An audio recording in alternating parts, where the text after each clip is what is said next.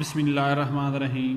السلام علیکم دوستو، آج کی اس ویڈیو میں ہم آپ کو بتائیں گے کہ سیکس کی سیکشول ویکنیس کیا ہے اور اس کا علاج کیا ہے۔ یعنی آپ کے جسم میں چھپی وہ ایک چیز جو ہارٹ اٹیک اور مردانہ کمزوری کی سب سے بڑی وجہ ہے، لیکن کوئی اس پر توجہ نہیں دیتا۔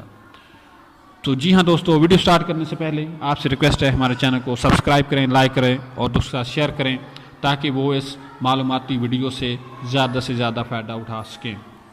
جی ہاں، لاش کا معائنہ کیا جائے تو اس کی موت کی وجہ نظر آ جاتی ہے۔ ہارٹ اٹیک ہو، کینسر ہو اور برین سٹروک ہو یا شوگر، جس مرض کی وجہ سے آدمی کی موت واقع ہو اس کے اثرات سکن میں دیکھے جا سکتے ہیں، مگر ایک بیماری ایسی ہے جس کے آثار بھی نہیں دیکھے جا سکتے اور وہ بیماری ان تمام امراض کی وجہ سے ہوتی ہے۔ ماہرین کے مطابق سکن میں نظر نہ آنے والی یہ بیماری دیرینہ سوزش یعنی کرونک انفلیمیشن ہے۔ یہ ایک ایسی بیماری ہے جسے عام طور پر معمولی سمجھا جاتا ہے، مگر دراصل یہ تمام بڑی بیماریوں کی جڑ ہے۔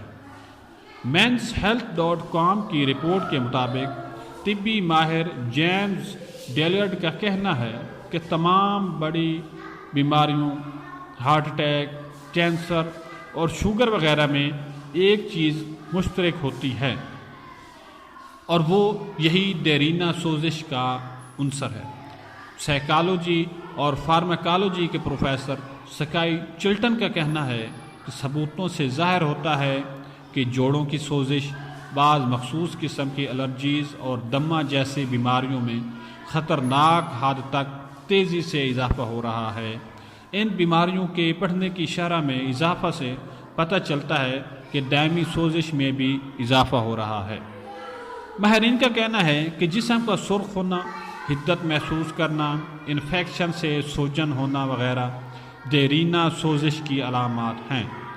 جب آدمی کو کوئی زخم لگتا ہے تو اس کے خون کے سفید خلیے اس زخم کی جگہ کو گھیرنے اور محفوظ کرنے کے لیے وہاں جمع ہوتے ہیں۔ سفید خلیوں کی اس حرکت کے رد عمل میں مذکورہ عمل روح پذیر ہوتا ہے۔ اسی طرح جب کسی کو نمونیا یا کوئی اور انفیکشن ہو تو یہی سفید خلیے انفیکشن کے بیکٹیریا کے گرد جمع ہوتے ہیں، اس وقت بھی انفیکشن وقوع پذیر ہوتی ہے۔ تو امید ہے آپ کو یہ ویڈیو پسند آئی ہوگی۔ آخر میں آپ سے دوبارہ ریکویسٹ ہے ہمارے چینل کو سبسکرائب کریں اور اس کو زیادہ سے زیادہ دوستوں کے ساتھ شیئر کریں تاکہ وہ اس سے معلوماتی انفارمیشن سے فائدہ اٹھا سکیں۔ شکریہ۔